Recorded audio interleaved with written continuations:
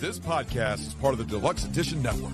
To find other great shows on the network, head over to deluxeeditionnetwork.com. That's deluxeeditionnetwork.com.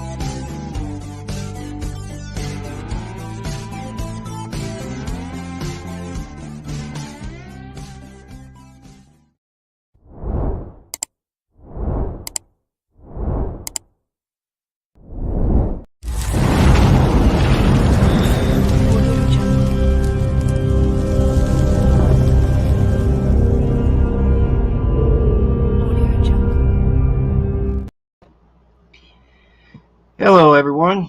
I'm Mark, and with me today is a special co-host. His name's Robert. He's from the Broken System podcast. But today we are the Talking Shit Show. We run on the Deluxe Edition Network, and the two podcasts of the month is The Real Drunks and Horsing Around. I gotta quit saying no. Robert's filling in for Brian. Brian's under the weather today, so he'll probably shoot up in the comments or something eventually. We have today, you know what? I forgot to ask her how to say her last name, but I'm going to take a guess at it. Today we have an upcoming actress. Her name's Crystal Gorski. Let's see if I said it right. Here she is. Yes, you said it right. Yay. I finally didn't screw one up. Yeah, you didn't screw it up. Brian will be so proud. He'll be surprised, actually. We always start off the Talking Shit Show with one question, and that's, how are you doing today? I'm doing great. It's a good day. How are you? Oh, I'm doing good. Good. We just figured that breaks. Yeah. We normally ask that question just to break the ice and make it feel comfortable. And, you know. So what happens if someone says, I'm having a horrible day, like I'm terrible today? Like, how do you recover from that? We never thought about that. Okay. We're hoping everybody just lies and says they're good. They save the recording and edit it out. Yeah, there you go. Yeah, but we're live. I say that's what would kill me. Now I'm all flustered, so I don't know what to say. That's one thing that's why we like live, because you never know what's going to happen. So I found you on Facebook. Yes. And what actually got my attention, if I'm not mistaken, was the fact that you were from Ocala, right? Yes. Yeah, I'm from Citrus County. Okay. Yeah, not far. No, I could throw a stone there. Yeah. I was just I seen you, and I seen that you were you're an actress and stuff. I was like, okay. So I asked Brian. I was like, okay, let's try to get her on. Of course, it didn't take much to get you on, because you wanted to come on. I like the name of the show. Yeah, well, some people I think are turned off on it, because we're not really talking shit about people in general. We're just talking the shit. We're just talking shit. Yeah. Yeah, well, somebody actually took that to heart one day in our comments, and they started talking shit about other people. Yeah. So, anyways, so tell us about yourself. Well, I'm Crystal Gorski. I'm an actress in the Southeast area, currently located in Central Florida, and I've been doing this since September of 2021. And I've always wanted to get into acting and to get into film and TV in general. I love to be in front of and behind the camera. So I'm trying to find different ways that I can get on set behind the camera to start kind of learning some things. And, just, I guess you can never have too much knowledge, right? And if you need help somewhere when you're not in front of the camera, help out behind. So I love to have, I guess, a well-rounded education in what I'm doing. So but yeah, I decided to close my business and just quit everything that I had built my whole life and start acting a couple of years ago. So that's a scary challenge, I would think, especially coming from COVID into that time frame, just kind of making that big jump, I guess. It really wasn't that scary because I just beat cancer too. So I went from cancer to COVID to I'm going to do what's going to make me happy in my life. And that's why I did it. So, yeah. That's and you know, sometimes it takes something like that to make you realize that you have to be happy in what you're doing. You can make all the money in the world and it does you no good. But if you're happy and content with what you do, it's the most important thing. Yep. No, I completely agree. Very well said. And I was not happy with what I was doing. And, you know, when you have a scare like that, you know, you talked about it was scary being an actress. Absolutely not, because it's what I've always wanted. But when you have that scare, it's like, okay, reevaluate life. Like, what am I doing? What do I need to do to make sure that I'm happy, that, you know, that my family is happy, you know, I have children. So it's like, just what's going to make every day the best day. So. Yeah, because it really pushes itself, you know, what you do every day comes home with you. And if you're not happy at work and you come home, you're not going to be happy at home because your family's not going to be happy. No, you're right. So we got to spread the positivity. We have to spread the happiness. We have to spread the joy. And that's why I love this. There's every day that I'm on set is the best day. So. Yesterday I had asked you what movies I could find you in, because you know sometimes you get films where you sometimes you can't find it because it's out there but you can't find it. Yeah. But this morning I actually watched the Halloween fan film that you were in. Yep. Death Walks Among Us. Yeah. It was definitely different than most fan films that I've seen, because they didn't exactly go truly to the origin. They did a little different. Yeah. The only I liked your part. You did good. The only part I wasn't really thrilled about was the fact that Jason or Michael he hit you once and you're dead and your eyes popped out. It was like supernatural strength. Yeah. Yeah, I know that he's got supernatural strength, but I've never seen him just backhand somebody and it their eye popped out. I thought it was pretty freaking cool though. Yeah, it was a great kill. It really was. Wendy Feliciano did the special effects on that. She's really amazing. And the only other problem that I had with it was the fact that if you're going to do Dr. Loomis, they should get at least a bald guy. Oh gosh. Yeah. That wasn't my decision. I didn't do the. No, I mean it was a good movie to just to kill the time. Yeah, I didn't. 3 are in pre-production right now. We're actually filming beginning of next month for Chapter 2. So. Nice. Where are y'all filming at? That'll be in the Tampa area in Florida. Okay. Sweet. Yeah. Not too far from me. Yeah. I'm from Atlanta, so when I saw that you were in Atlanta Homicide, I'm like, hey, I got to go back and see that episode. So that was pretty interesting. It was a really cool episode. And things are done a lot different. Like I've done a lot of indie films, and that was my first network TV thing, and I'm used to them wanting like 7 takes of everything. We're gonna do 7 takes here, 7 takes there. Like make sure that they have all the shots, and they don't mess around on network TV. They took 1 shot and then move on. I'm like, okay. So it was really a different experience, and it was a lot of fun. And Jason Little, he played the killer in that episode, and he is just an amazing actor. He made sure I was very comfortable because obviously we were reenacting him. He's going to kill me, Yep. So it was really nice to be on set with somebody that was that caring. He introduced himself, asked if it was okay if he did this, that, or the other thing, said exactly what he was going to do. So just an amazing guy. But yeah, that was a really fun experience. Yeah, it's pretty neat for me because being from Atlanta and living here, a lot of that stuff is like, oh yeah, I remember that. So when those pop up, it's like, yeah, those are interesting. So I had to go back and see. I was like, let me go back and watch that one just to see where what she was and what she did. So it was pretty neat. Yeah, no, it was super cool. I appreciate you watching that. I filmed. We're going to be filming The Woodman in Georgia coming up in 2 weeks, and that'll film in like the Blue Ridge area, and that's a feature film, and it's a found footage film, and it's amazing.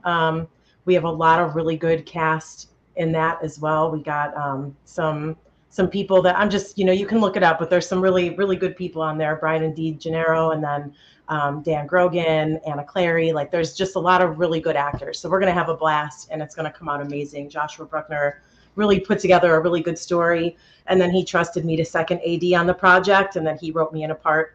So I was so excited. I'm very grateful. So I can't wait. Oh, that's great. So they're getting you in for multiple type things, bringing you into behind the cameras as well. That's awesome. Yep. Yeah. And that was persistence because he was fully cast when I met him. And I just persistently kept, hey, how's it going? Yeah. I want to help. What can I do? So, where's my part? Where's me? Yeah. So I got in as the second AD first. And then like 3 weeks later, I'm like, and I was just in the Forest Hills. Are you familiar with the Forest Hills? Mm-hmm. Yes. Yeah. So Scott did a couple of, reshoots on that. And I was lucky enough to be killed. And that was incredible. I can't wait to see that. But yeah, I mean, there's so much going on. I don't know where I was going with that. I kind of got off because I got really excited. But working with Scott Hansen, that was a lot of fun too. Like that's the Atlanta area as well. He's got a studio up there that is just incredible, and they're building it out. And there's some rooms in there that I could see torturing people in a film. Like it just, like it's super, super cool stuff. So to work with all those people was really cool. And I got to work with Chico Mendez, who's also in the Woodman. So I got to meet Chico, and he got to kill me very brutally. So that was a blast. You're very excited about being killed. Oh yeah. People like to kill me. Eventually I'll be the killer, but yeah, I get killed quite frequently. You have to step your way up to killer. You have to prove yourself as being killed, and then you get to become killer. Exactly. And I guess people don't think I look like a killer. I mean, I guess I really am a good actor. Oh, you could. In this day and age, yes, you look like most of the killers on TV now. You could be a silent, one of those silent ones that nobody would expect. That's what I'm saying. Someone needs to write something. Where are all of the writers that need to pop in? Give them time. They'll figure out something. That you could write your own. Yeah, I'm actually working on one with my friend Bryden right now, and then I have a second one that I'm working on myself. So, but I'm not a writer. I'm just kind of pretending. Yeah. That's what I do too. I don't do this. I just pretend to do this.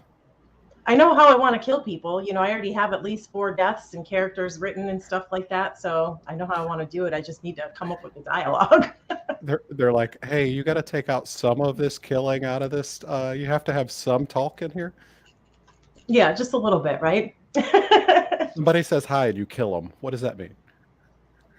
I mean, he doesn't even need to say that. We'll just chloroform him, and he'll wake up somewhere with duct tape on his face, and you'll just hear screaming as I torture him slowly. I mean, it just, we could make it. She's already got the mind of a serial killer. There you go. Oh gosh. What other projects do you want to be in? There's a lot of franchises out there. If you could pick which one would you pick?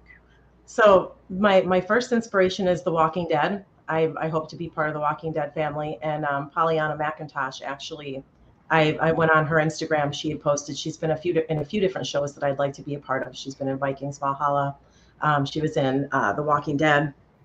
And, I asked her, I was like, what is some advice that you would give an actress starting out that would want something similar to your career? And she was very blunt. She said, treat people with respect, be on time, do your job, and just be a good fucking human being. And that, really, she's 100% right. Because you can teach someone skills and you can teach them how to, stand where they're supposed to stand or whatever, but you can't teach someone to be a good person. So, and to be on time, like that's just who they are, so it's some of the best advice that I've gotten so far in the industry. But yeah, so The Walking Dead, 100%. Found out that The Walking Dead was over, and I cried. So I'm like, it's okay, I'll be on Fear the Walking Dead. And then they announced that was over, so I cried again.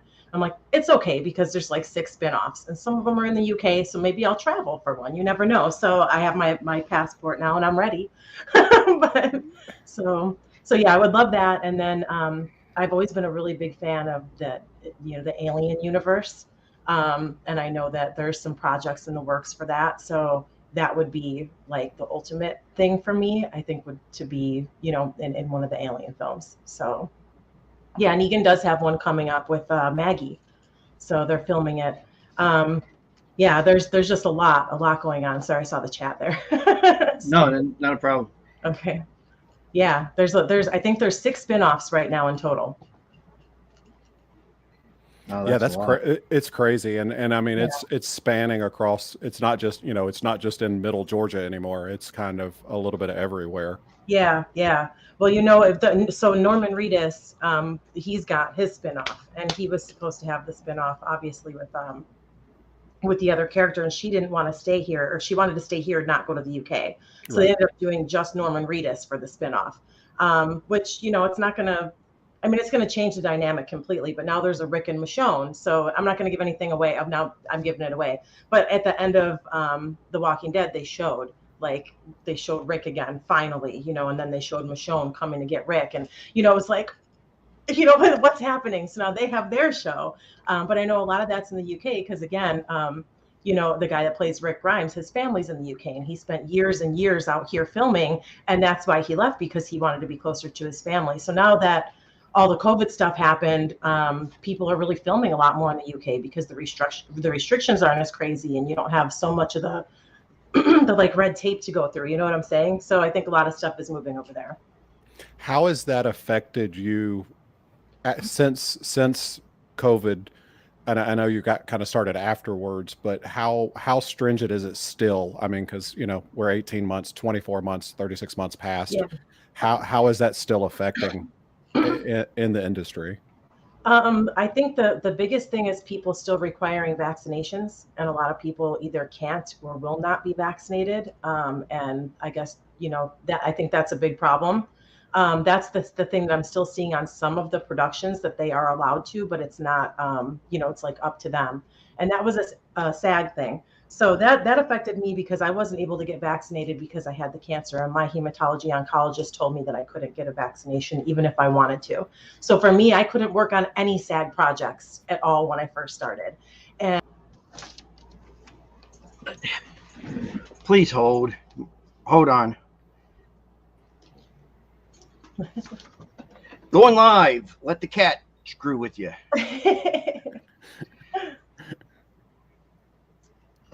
And my cat jumped up there. Sorry. No, you're good. So I was offered a background role on Guardians of the Galaxy 3, and I couldn't take it because I wasn't vaccinated. So yeah, I've definitely missed some things. There was a television show that I was offered a role on, and then it came up that I had to have the vaccination, so they let me go from that. So yeah, it definitely does affect some things, but now we have the writer's strike, so it's always like, it's always something. Who is that? I'm legit one of the nicest people. Paulie. Oh, Paul, yes. He's such a sweetie. Yeah, when it comes up Facebook, it doesn't come up with their name. It says Facebook user. I'm like, hello, Facebook user. It's like you have a stalker. Yeah, I have Facebook up on my phone, so I can look down and see who's talking. Okay, cool. Yeah, but with COVID now, the shots and stuff, they're with the pandemic, they say is not, basically they signed off saying it's not a worldwide whatever, and the pandemic is over and all that. Yeah, the pandemic is over, that you don't have to worry about the shot now. I know some people still, but I got the shot myself. I got the first 2 and then refused to get the rest of them because after the first shot, I had blood coming out my nose nonstop for about 20 minutes. I could fill up almost a 8-ounce Dr. Pepper bottle. And then it happened again. The first time it happened at the hospital. The second time it happened right here with my kids, and it was. I said no more. Yeah, I'd say no more too. Forget that. Yeah, for sure. I don't want anything to do with that. Yeah, I thought it was stupid for them to, turn people down for their jobs and stuff like that because you didn't have it. But yeah. But anyways, we'll get off that subject because yeah. I don't like talking about it. Yeah. Yeah. How has the writers' strike affected any of your projects that you've got upcoming? Or are they all written already, or are they outside of Yeah. SAG? Yeah. So I have the one that's written. So Doomsday is going to be a SAG project, and he's already gotten that written. So that's good. Unseen is a non-union project, so that's fine. I'm getting less auditions. Not as much coming from my agents, and then Actors Access is slower too. So right now it's just slower in general, but non-union stuff is still out there. Are you in the union? No, I'm union eligible, but I didn't join. Okay. Yeah. It's expensive, and then I don't want any restrictions on doing non-union projects. And I'll tell you why, because I feel that, especially in the horror genre, which I'm getting into a lot more than any other genre, the non-union indie films are far superior to the big box office films. You know what I'm saying? So I would rather Yes. make good films and good creative art and make less money, or not be protected by the union or whatever, you know what I'm saying, and be able to work on these amazing projects with whoever I want, so that's kind of where I'm going to keep it.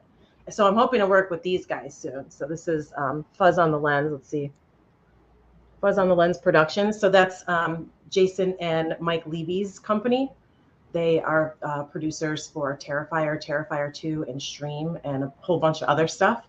So I'm hoping to work with them. They're amazingly talented gentlemen. And obviously, I mean, look at their films. Like they spend a lot of time working on each of their films. Yes, they did. Yeah. It's not just they're not pumping out movie after movie after movie. They're making a piece of art, and they are taking their time to make it the best that it can be. So, I mean, you can't ask for anything more. Like I want to work with those people. Speaking of somebody, Peter Anthony. Yes, he's a wonderful friend. Yes. He actually wrote Roseblood. Okay. Fan film for Friday the 13th. He was also in The Fall of Camp Blood, Vengeance 1 and Vengeance 2. And he's got a lot of other movies too. That's so cool. Yeah, he said Jason and Michael are great. They are. They're just really cool people. And I had the pleasure of going to Baltimore. What was it, like 3 or 4 weeks ago now? And I sold the merch at the Terrifier table in the room with everybody. So Damien Leone was there, and then you had Phil Falcone and Mike Levy were signing autographs. So I got some like behind the scenes pictures of them signing autographs and stuff. And I mean, the casting was amazing in their film. They did such a great job, but everybody is so humble. And David Howard Thornton, like, holy crap, what an awesome guy. He's funny. I got to meet him at the Spookvilla this past December. Yeah. I have a big doll. It's my kids call it my Barbie doll collection, if you can tell. But I have a big Terrifier one. He's about this big, and I got Damien to sign it, and I got David Thornton to sign it. It was freaking awesome. If I would have had more money, I would have had the rest of the cast sign it too, but I didn't have more money. Save it for another one. Are you going to go to Spooky Empire this weekend? I'm not. I probably not. No. I have to. My son's birthday is next week, so we have to sort of make sure we have the money for that. Yeah. Okay. Well, I'll be there this weekend. So if you happen to come up, let me know. So is that? I'm assuming that's like a almost like a Comic-Con, but on the horror side. Yes. Yes. Yeah. And some of the Terrifier people are going to be there. Paul Wiley and his girlfriend Crystal will be there. Paul Wiley did the original score.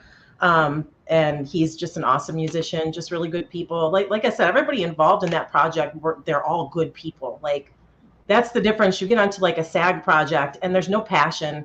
It's shoot and go. When you get into something like working with those guys, you're going to see nothing but passion on that project, and everything's going to be done properly, Right. I want to see the outtakes on Terrifier and Terrifier 2. What kind of outtakes that they had on those? That's a good question. I'm still trying to get them on. Yeah, I'm still trying to get them on here on the podcast. I'm trying to get what's the kid's name? the brother. Oh hell, Elliot. Yeah, Elliot. Yeah. I'm trying to get him on here too. I've talked to him quite a few times, but that's about as far as I went. I know he's busy. Very busy. I think like every weekend or every other weekend at a convention. So a convention, or he's singing, or actually playing the guitar. Yeah, that song that they sing there, and I'm Terrified too. That's really a catchy cafe song. Yeah. So, how does somebody get into acting? How did you go about it? Well, I woke up one day and I said, I'm going to become an actress. I'm going to do this. And I took a class. I started looking around, looking at reviews, and you can audit classes. So I audited a couple of classes, which is just a free like sample class to see the instructor and how the classes ran. And I enrolled in 2 classes at the same time. And at one point I was going to 4 different schools at the same time, 7 days a week. And I would just kind of, I was learning Meisner, I was taking improv, I was doing script analysis, I was doing monologue study, and I was just trying to learn everything as fast as I could. And, that didn't work very well, I don't think. Like, I was able to take bits and pieces from what I wanted and kind of morph it into, I guess, my own style of acting, because I think that they're all so different. But like Meisner, connecting with your scene partner is very important. If you don't have a connection with your scene partner, you're going to see it. You're going to see it on film. So I really do like Meisner for that. But I also don't like to go by the book either. So, but yeah, you start with classes. That's number 1. Then headshots is number 2. Set up your profiles. There's a whole bunch of different websites. Main one's Casting Network and Actors Access. So make sure you have your profiles there. Get professional headshots. I didn't. I set up a camera and I literally went shoot, and then I smiled, and it was like a 3-second timer. Those are my first headshots, and I actually booked a project off of those headshots. So, but after that, I went to Jordan Woods Robinson at Book from Tape Studios, and he did my headshots, and he's my favorite.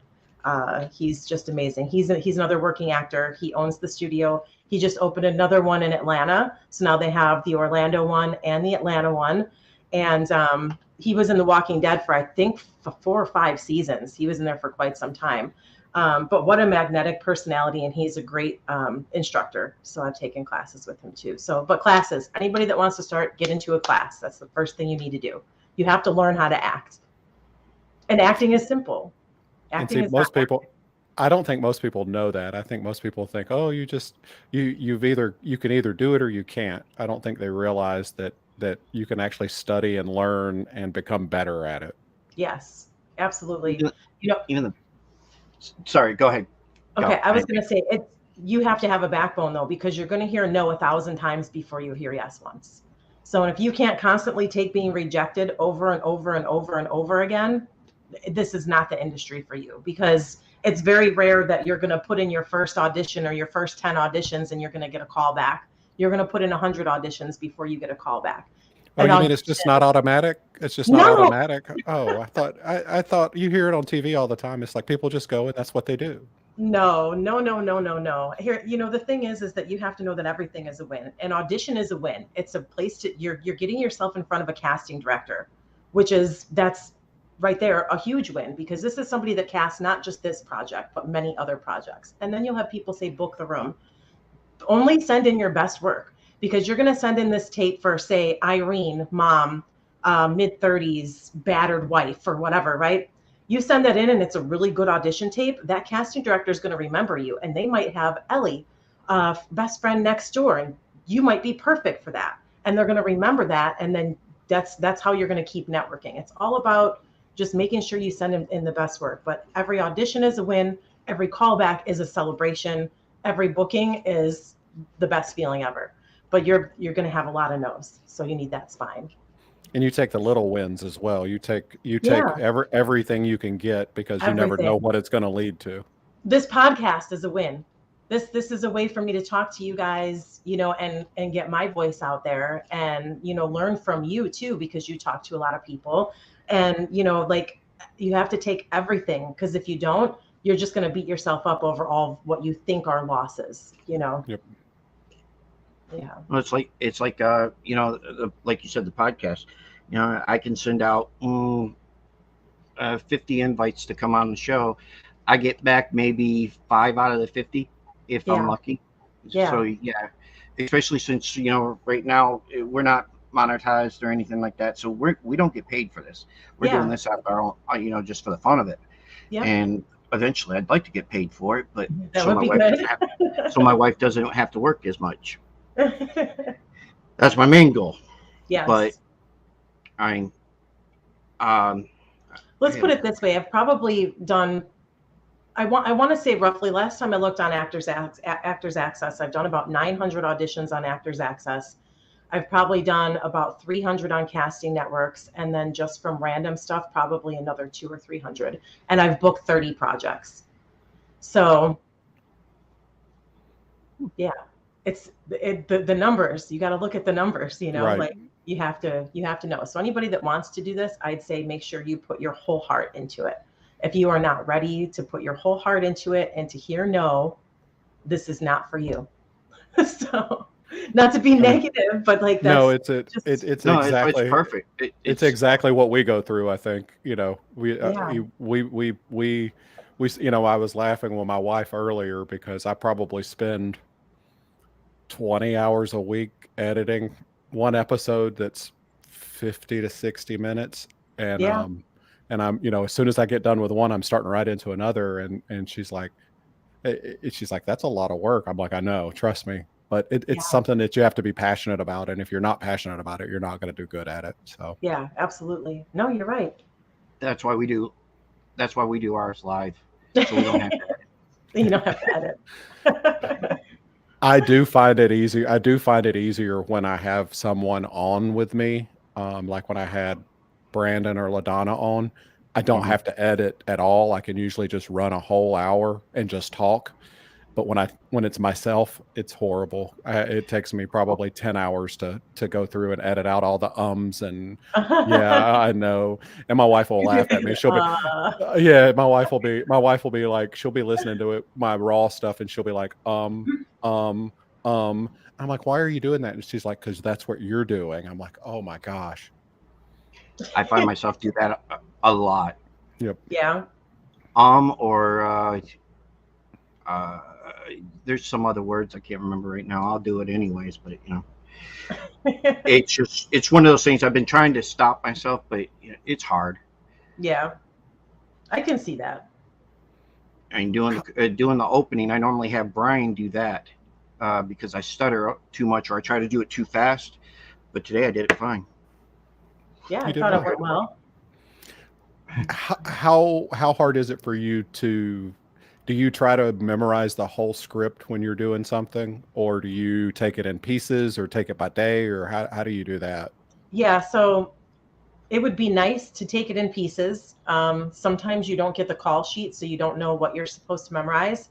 I have chemo brain, so I have a hard time memorizing a lot of lines or paragraphs. And my first feature film, which was Harlow's Haunt, I actually have the poster right here. Harlow's Haunt.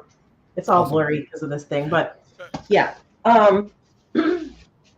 Terry Gerald, he's the writer and director of Harlow's Haunt, and he gave me the script and the character Eldora, and I was reading, and there were literally about 12 pages that were just paragraphs between me and Harlow, which was played by John Dugan from the original Texas Chainsaw Massacre. He played Grandpa Sawyer. And John and I have both been through treatment, so we were both looking at this, like, look at all these paragraphs. And there was one point where 2 pages straight were just my paragraphs of dialogue. And I kind of had a heart attack. So I contacted my instructor at the time, and we did some private lessons. And I went through a lot of memorization techniques and stuff like that. And I did memorize about 90% of the dialogue of all like 8 or 9 pages of dialogue. So it's a lot. Now, we were in the first third of the movie, but when you have a script where you have a lot of like small lines in between, that'll be broken up on a call sheet. You're going to film 10, 14 days, maybe a little longer for a feature film, and you'll have this scene, and this scene this day. So that's really good if you have that, so you can take your time, memorize that instead of having to memorize the whole 85-page script, right? So It really just depends on the production, how fast you get the script. And then when you get the call sheet to see what scenes are going to be done when. So Because I imagine, I guess it's not in order a lot of times, right? They do correct. what makes most sense for them filming. And location wise, yeah. So we Right. might have one location one day, another location another day. So when I run lines, I always do it in front of a mirror to see my facial reflections. I was wondering if you do. I was told by 3 different instructors never to practice in the mirror. And I've done it a couple of times, but I think it was for more.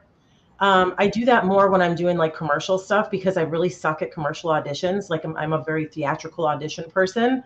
And like some of this stuff for like Disney is like, look up at the stars and be amazed. And I'm like, how do I look like that? Like, I don't know what I'm doing. Do I look amazed? You know? So I guess it really just depends on the audition. But I try not to because I just want to be natural. Like if I'm upset and I'm going to be crying, I'm going to look ugly. You know, I'm going to have my ugly cry on. So I don't want to look in the mirror and be like, oh God, that, you know, I just want it to naturally come out. I want it to look as natural as possible. Do you have certain movies that you wouldn't do?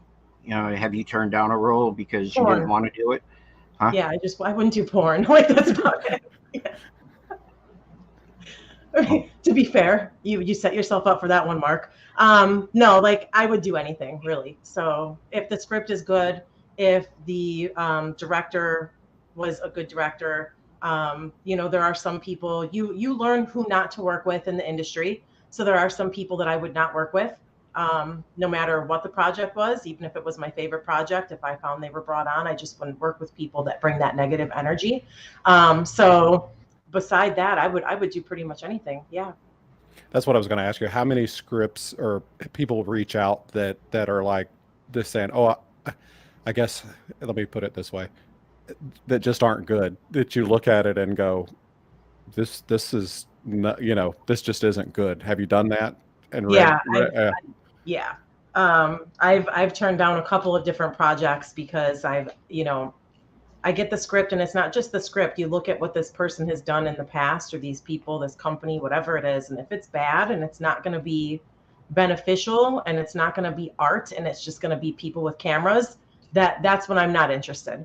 So up and coming, we want you to do it for free type thing. Usually aren't there's a lot, especially here in Florida, there's a lot of people that want you to work for free. I can imagine. And a good 80% of my first, like I want to say the first 20% of my projects were all free. And then I started making money and booking. But you need to do stuff like, so there's Full Sail University down here. So you have filmmakers that are graduating that don't have a budget. They, Indiegogo, you might be able to raise $1,000 or something like that. You can't pay everybody. You can feed them. You can get location. You can rent proper equipment because right out of school, you're probably not going to have an $8,000 camera setup. So they're working on building their portfolio and you're working on building your actor portfolio. So you kind of do it for the footage. So you want to make sure whoever you're going with is going to give you good footage or it's a complete waste of time. So if you're going to do it for free, at least make sure you're going to get that. So networking is always a great thing because you never know, that filmmaker that you did that free film for 3 years ago could be in Atlanta next year working on, Cobra Kai, and they call you like, hey, we need so-and-so, Yep. you never know. So it's always a networking opportunity for sure, but just make sure who you're working with is putting out good quality content. I think that's the biggest thing is that making sure it brings you in a positive light and not, people don't look at it and go, wow, you don't want her. You want that positive reinforcement and positive action. No. And interestingly enough, I was just talking to somebody the other day that I ran into and I overheard them talking about horror movies. So I butted into their conversation and he said he had watched a movie and I can't remember the name of it right now on Shudder. And he said that it was the worst movie that he had ever seen in his life. And the actress was just so terrible because the movie itself was so terrible.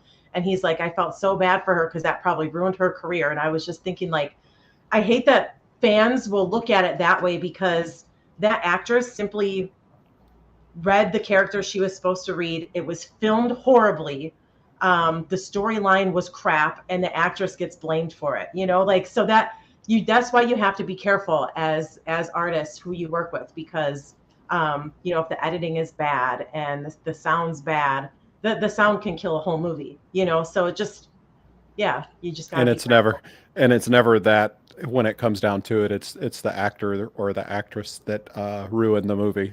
I mean, sometimes it Yeah. can be. Yeah. Absolutely. I mean, Well, I'm saying, that people always think the broader spectrum. It has yeah, nothing to do with the script, or it has nothing to do with the way it no. was filmed. It's But all here's the her. thing. You can usually pick that out, right? So you have a script and you have a story. You're like, wow, that story was amazing. But why did they cast that person as XYZ? Yeah. Because it sounded like they were just reading off paper or whatever, like it's just they don't have facial expressions. They can't cry. That's one of my biggest things. Like if you have a character that is supposed to be emotional and you can't cry, you should not have that character. And you see it a lot on TV, where they're kind of, and it looks like they're crying, but no tears are coming out, and even on Grey's Anatomy, which is a very emotional show, you have a couple of actors on there that just can't get the tears out. Somebody's always crying on that show. Yeah. And I love the show and they're great actors, but don't give them the emotional parts if they can't do that, Can you cry on cue? I can, yeah. Oh, wow. See, Yeah. I can't. I can do 12 takes of an audition and cry over and over again and then pop right out of it and smile. See, I can't do that. I have to think of something really sad, and if that works, it'll be amazing. I didn't say I didn't think of something sad. Well, no, that would be me, though. I'd have to think of something really sad. Like, oh, God. My problem, I wouldn't come out of the sad. There's no way I could just come back and smile. I'd be like, oh, my goodness. Yeah, you got to. Sometimes you have 7 or 8 different auditions you have to do. So you got to be able to do the crying ones, the smiley ones, the commercial Disney ones. It's just, you have to do everything. To look up at the stars. Yeah. Yeah. So, I mean, that's part of being an actor, but that's part of casting, right? That's why casting is so important.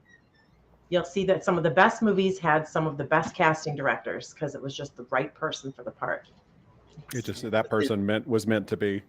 Correct. And that's why you can't get sad when you don't get the role, because you just weren't what they were looking for or what they needed. So it's not that you did anything wrong. It's not that your audition sucked. It's not that you couldn't, do your job properly. You just simply weren't what the casting director was looking for, or the director was looking for, I guess that it just kind of is what it is. I can't wait for some of my screaming parts to come out. People still don't know I can scream. I didn't know I could scream until I got killed in the movie.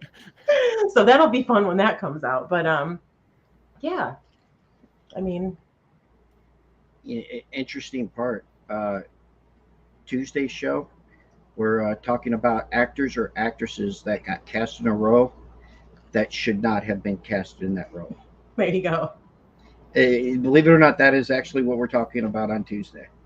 That's awesome.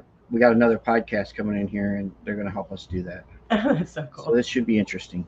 Yeah, I can't wait to see what comes up. I'm going to watch that one. And even on Full Sail, I know very much about that school because my daughter just graduated from there. Yeah. Back in February, now she's trying to figure out what she's going to do with her life. She goes, I graduated, but she plans on writing a book. She's already got part of it done. Yeah. But we'll see how far that goes. She can even write scripts and all that. She just hasn't. Well, let her figure out what she wants to do with it. Yeah, she wants to leave us and go to Kentucky. I guess I'm all for it. Is that the where authors go to live when they were trying to in the mountains? I don't know. Yeah, I would go to a mountain if I was going to write a book. That's where I'd go. Yeah, it's peaceful. Yeah. So cancer free? As far as I know, I have my 4-year checkup in June, so next month. Awesome. That's great. That's awesome. Thank you. Yeah. It's gone. It ain't coming back. Good. Yep, that's the way to be. I still get a little anxious around now. Like this is usually my anxious time until I get the PET scan. Yep. So you mentioned that you had movies that you have in the upcoming parts. What movies are they? Yeah, so Halloween. I knew about The Woodsman because I follow you. The Woodman, yep. So and then Halloween Death Walks Among Us 2. And then they're doing 3 as well. And then I have Doomsday, which is by Aaron Hawkins, and that's kind of like, you guys know I wanted to be The Walking Dead. I wanted to be like a bad guy on The Walking Dead, and this is more of just like a strong, or like a Madison Clark, strong female character, strong mom, badass. And this is a very badass character, and I cannot wait to play Wendy. But yeah, that should film later this year, beginning of next year. And then I have The Annihilator, which is from Gunter Hansen, and that's going to be a limited series that we're doing. And that should be a lot of fun. That should be, I think, spring or summer of next year for the filming on that. Let's see. What else? I have a lot of stuff. Obviously, Unseen. Are you guys familiar with Steve Merlo? He did the Sawyer Massacre. Yep, I've heard that. I've heard of it. I just have not watched it. Watch that. Okay. I watched it the day it came out. And I found Steve because I worked on Wheelies and met Lexi Graves, who is just a gorgeous young actress, so talented, so sweet. And I was following her on social media, and she was in that film, and she was posting that it was coming out. So I followed some of the cast, and I followed Steve, and the day the movie came out, I watched it, and I was just floored. It was done so well. And I just started sharing it because when you see something good, we want to share each other's art, especially in the indie community here. We have to support each other. So when I see somebody that I know has put so much into something and it came out fantastic, I'm gonna scream it from the rooftop. So that's what I did. And Steve thanked me, and we started talking. And one thing led to another, and he cast me in his next film. And I thought it was going to be a very small role. In this movie, I thought I was just simply playing somebody's assistant because, I get a 1.5 page side, which is a side is a piece of a script for anyone that doesn't know. You get this very small piece of script, and that's what you have to build a character off of. And I sent in all of my auditions and stuff. And when he had cast me in the role, I was like, okay, so I probably only have like 2-3 scenes or something like that as the assistant. I'm in like 60% of the pages of that script. I was like, I was bawling when I got the script and he like gave me the part. Like it's really good. And now he's brought on a couple of bigger names. And I was just in New Jersey at the Horror Con about a month and a half ago, and I met Felissa Rose there, my friend Doug. He introduced me to everybody there, and I met Felissa, and we did karaoke on Saturdays. And Felissa is just like, people say that I'm a very positive person, but I get in front of Felissa and I look like a dim star because her energy is just insane. And I told her, I was like, you are actually on my vision board. I want to work with you this year. Like that's on my vision board. And she gave me a big hug and a kiss on the cheek or whatever. And so I get cast in Unseen, and then Steve tells me that he's trying to get Felissa, and then Felissa signed on. So now she's going to be in Unseen. So I get to work with Felissa this year. So I'm like, I am beyond excited. I can't wait. It's in Canada too. So I'm like, I get to go somewhere I've never been before, work with somebody that I've always wanted to work with ever since I was younger, and work with a director and writer who just does fantastic work. And the whole rest of the cast and crew is amazing too. So I'm extremely excited. I have a lot of really good projects up and coming. And I just want to I want to film now. And Harlow's Haunt, the poster there, Harlow's Haunt 2, they are working on the script for that now. And our distribution for this should come out soon. Baby or Entertainment has not given us a date, but that will come out. And then hopefully the end of this year, we'll be filming Harlow's 2 as well. So I take it you didn't die in the first one? I can't say anything. Okay. Okay. Well, here's one. In Halloween, you died in that one. Are you just going to be recast in the other ones, or are you just going behind the scenes? No, he wrote me in as a flashback scene. So Rick Danford, he's an extremely amazing writer director, and he's built a film family here in Florida, and I'm lucky enough and humbled enough to be a part of that family. And he works with a lot of the same people, and I guess he saw something in me and wanted to work with me again, and wrote me in with a flashback scene. I'm like, okay, cool.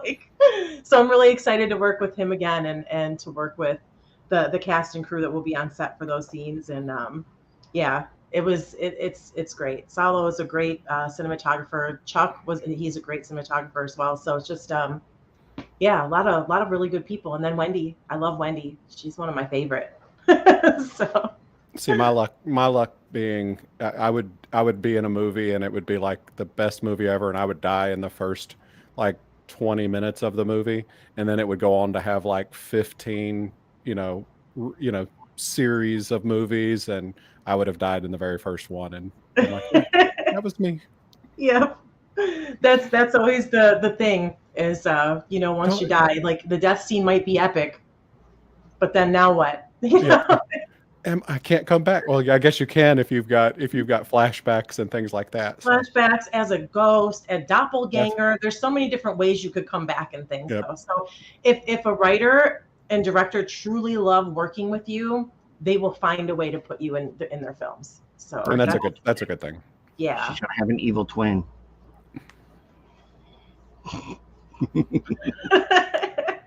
That would be fun. Oh God. Who do you look up to? Who's your inspiration?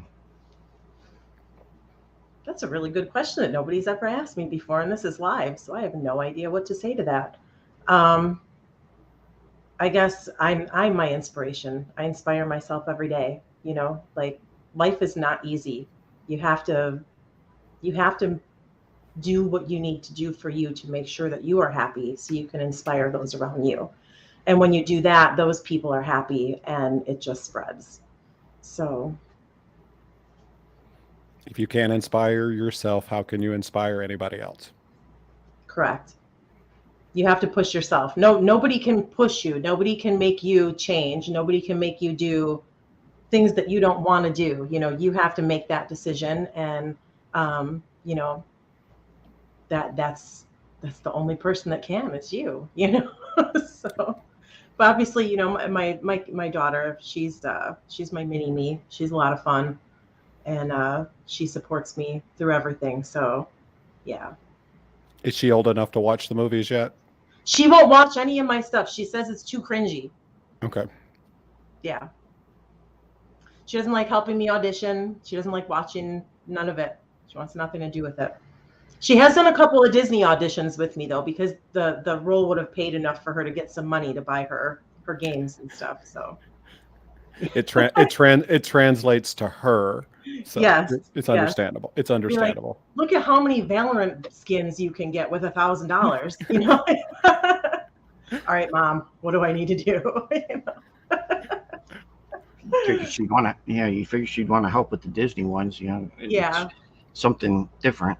Instead of the and horror. There she is. Whatever. I'm on a live podcast. You want to say hi? Sure. Oh, sure. Come here. She heard me talking about her. I did not, actually. Oh, you didn't? Hello. Hello. Hello. I did not hear you talking about me. I was in Graham's room. Okay. I just heard you talking. She thought you were talking to yourself. Her ears were ringing. Yeah. I'm always talking to myself in here because if I'm auditioning, I'm talking to myself. Because everything's virtual, self-tape it and send it in. I bet. So how's the neighbors when you're screaming? Oh, you know what? We don't have very close neighbors, so I don't think they've heard that yet. That's a good thing. I was going to say that's a good thing. Because I had to send for the memory card trailer that I did, he wanted me to send panicked, crying, and then a scream as if I just was starting to get chopped to pieces. So that was a pretty intense scream that I had to do 4 or 5 times, and I didn't get any knocks at the door. So I think we're okay. The police show up. No, I'm sorry. I'm just auditioning. Yeah, exactly. Your daughter on FaceTime with a friend and you're in the background screaming. Oh, yeah. Oh, they've heard that before. So they're like, oh, it's just her mom. Yeah. Yeah, they're funny, her friends.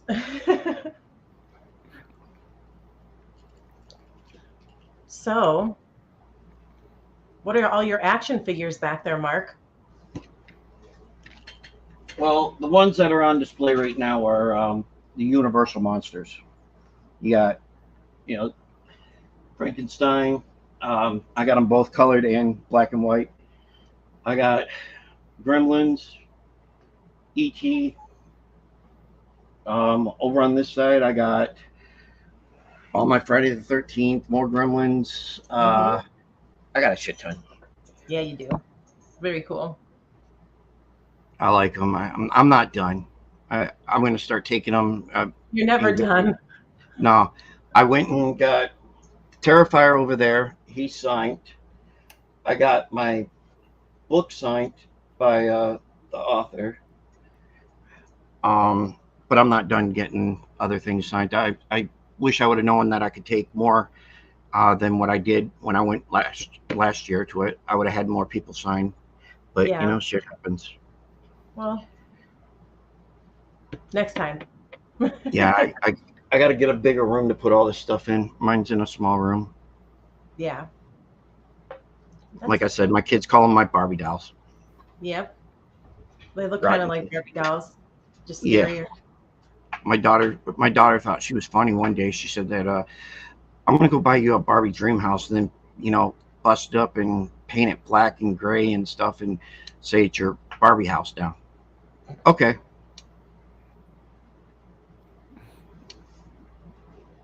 I gotta get something where I can put the mask on anymore. Yeah, I gave Steven a mask signed by the very first Jason Voorhees. Awesome. When he was a kid. That's super cool. I have I have 3 of them now. I gave him one of them for Christmas. Nice. I used to do a podcast with him. But then I decided I wanted to go on my own. Yeah. That's okay. There's nothing wrong with that. No. So tell people how they can get a hold of you. If they want to, if you want your stalkers. I mean, if you want fans. I have some stalkers already. But if anybody does want to get a hold of me, or if anybody wants to talk about projects, Crystal Gorski on Instagram, on Facebook, and then crystalgorski.com is my website. So yeah, pretty much just my name. Just Google me, you'll find me. So. My kids love my basement layer. It's where all the cool stuff is. If I had a basement, it would too. Who's that? Paul. Paul. Okay. Who's got a really cool basement too? Scott Hansen. And I was just a creeper because I was like looking at. He's got all these action figures everywhere, and it's just like such a man cave down there that I would hang out in all day. Like, it's just so cool. You have all the editing equipment, and then you have all of that what you have times like 100 all over the place. I was like, wow. Oh, it's pretty cool. Well, if I had more space, it would be totally different. I would make it where this was all seen and whatnot. But yeah. When you live in a trailer, you don't get much. We do our best. We do our best with the space we're given. Yes, for sure. All right. The hour's almost up. Is there anything that you want to tell anybody, to go see a movie or see your movie or promote something that you have coming up? I mean, we talked about all my projects. So the main thing that I would say is that, anybody watching, just don't ever give up on your dreams. Keep doing what you need to do to make sure you're happy, because life is precious and you don't have a lot of time on this planet. So make sure that you are doing everything that you want to do with your time to make sure that you're happy and you do what you want to do. Don't hold back. Don't be anxious. Don't hold back. Give it 150% no matter what you do, and you will get to where you want to be. Okay, that's very good advice. Oh yeah. Thank you. Yeah. Well, I'd like to thank you for accepting my invitation to coming on. I know that I was happy when you said that you would, because like I said, when I first seen you, I was like, she's from Ocala. Let's get somebody local. Yeah. Or get her out there. It's so cool. No, I love that. But hopefully when you get some more movies in, we'll have you back on and talk some more about them and see what else we can do. I have a lot of stuff coming out, so we just have to wait for it to come out. Oh, trust me, I'll be watching. Here's my question there is if someone just doesn't know when the movies are coming out, how's the best way to be aware of it? Does that I make will sense? post on social media when stuff is Okay. released for sure. Yeah. Okay. And then so right now Unseen, we have an Indiegogo that just launched yesterday. If anybody wants to go, there's a lot of really good discounted perks currently for the film if you want to get involved. But like following the Unseen page is a great way to to learn more there. Doomsday has a page, so all of the films that I'm involved in, they all have pages as well. So if you go to my social media, I post them constantly. So Okay. That she does. I can tell you that. That's a big thing with, and I know we have like 15 seconds. It's a really big thing, with indie films is that as soon as they go cut, the cast like decides, well, I'm done with my part of the job. But that's when your job really, really starts, because now you've put your work in there, but now the work is getting people to see the film. Like if nobody sees it, what was your work worth? Or what was it worth? So that's a really big thing that I just keep pushing is always share, be proud of your work, be proud of the people you work with, support the people you work with, and we will all get farther together. And Yeah, that's just go ahead, Mark. go ahead, Robert. No, Go you ahead. go. I was And gonna that's what I was gonna say. when you get when you go to share and stuff, if you want, tag us in it, and we'll share it some more for you. Awesome. Thank you. I Yeah. really appreciate that. And that's exactly what I was going to say. So he took the words right out of my mouth. I love that. Yeah, we're definitely stronger together. We will get farther together. So, yeah. All right. Very much. Thank you so much. Thank you so much for coming on. Yeah. You have a good day. Yes, you too. All right. Bye. Bye. Well, that was Crystal Gorski. She's and you can actually see some of her movies on YouTube. That's how I found the one, Halloween. What was it? Death Walks Among Us. It was actually a pretty decent movie. Kind of different take on Halloween, which was okay with me. I'd like to thank you, Robert, for coming on. And Absolutely. at the last minute. It was wonderful to have you on here. And since I have you on here, go ahead and plug your podcast. So it's the Broken System Podcast. It's on all platforms. We release an episode every Thursday. Today we released episode 3, and we probably have eight more to go, somewhere 7 to 8 more to go in this series. And it's in regards to the homicide of DJ Ficky.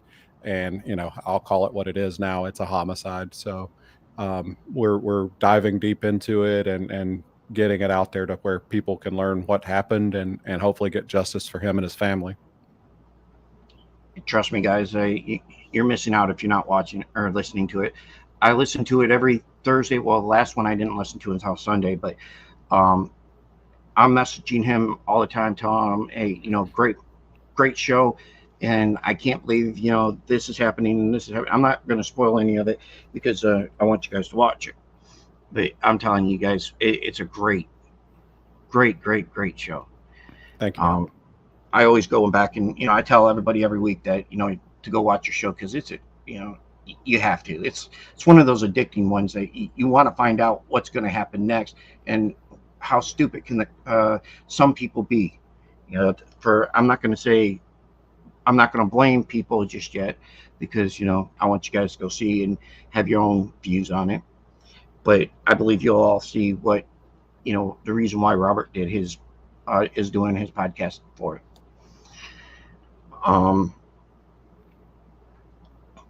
Other than that, I'd like to thank the Deluxe Edition Network for having us on their network. And I'd also like to thank the 2 podcasts of the month, The Real Drunks and Horsing Around podcast. They're 2 of many great podcasts that are on the show, especially ours. I mean, I'm not biased or anything. While you're out there, check out, Stephen Jarvis and Friends podcast, Fletch Pop Culture and 13. I believe I said that right. Check them out. I could name a whole bunch of them. History I'd Like to Fuck. That's one of my favorite ones too. Yep, she's funny. Yeah. And she makes me want to listen to it, and she doesn't make it boring. Yep. One of my favorite ones, of course, was the vibrator one. That was, I think that was one of her best ones. It cracked me up that she had her mom and her sisters on. Yeah, that one too. Yeah. But we'll be hopefully Brian will be back Tuesday. If not, I'm going to stick some Pepto in his stomach and tell him to live it up. We're going to have Barrel H Flicks on the show, and we're going to talk about 5 actresses or actors that were cast in a role that should not have been cast.